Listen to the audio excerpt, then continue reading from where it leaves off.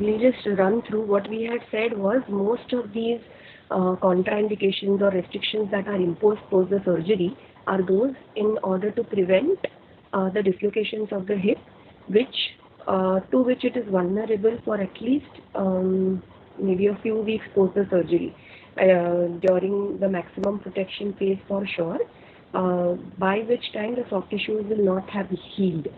Okay, and we tend to impose these restrictions for even the longer period of time, so that we minimize the wear and tear of the implant, because we are looking at a cumulative trauma, okay, micro trauma, which will enhance the wear and tear and will lead to early revision of the arthroplasty.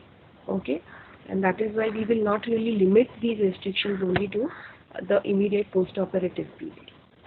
Okay, so we had also said that these vulnerable positions are going to be more based upon the approaches that are being taken rather than the implant by itself. And the most vulnerable position was the posterolateral, approach was the posterolateral one, because of which these few movements were to be limited.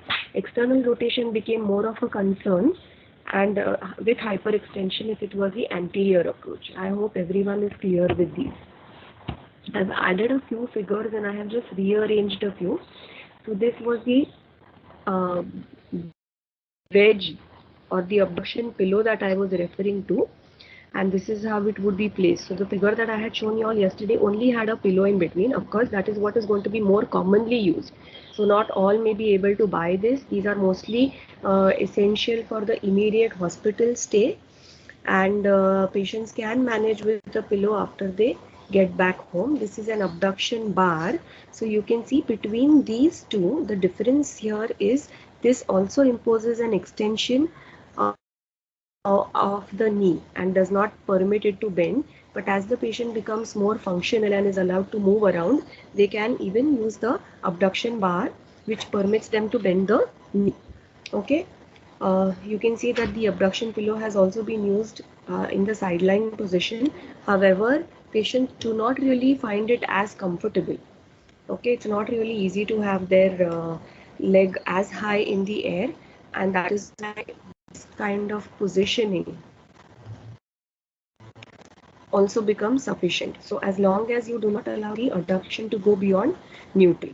So these were the few figures that we had already seen, what caution should be taken when the patient moves out of the bed, and how, if at all the patient has to come to sideline and then to sit, they should be using their pillow up till they come up to the upright position, till the bedside sitting, and then the pillow can be removed. We had talked about even the use of the rope or the ladder, which they can climb up to sitting position from the supine, so that there is not a lot of hip flexor activity that is used, okay, which will also be deleterious to the implant.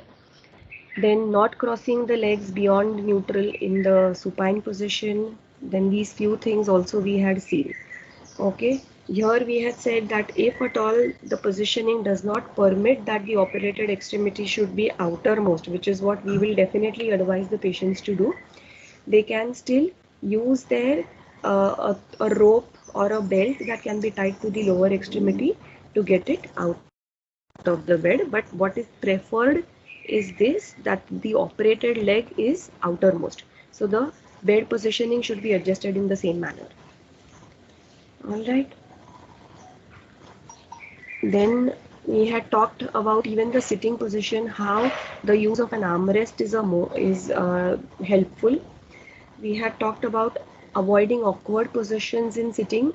Even the lady sitting position is not permitted because it takes the hip to adduction beyond neutral on these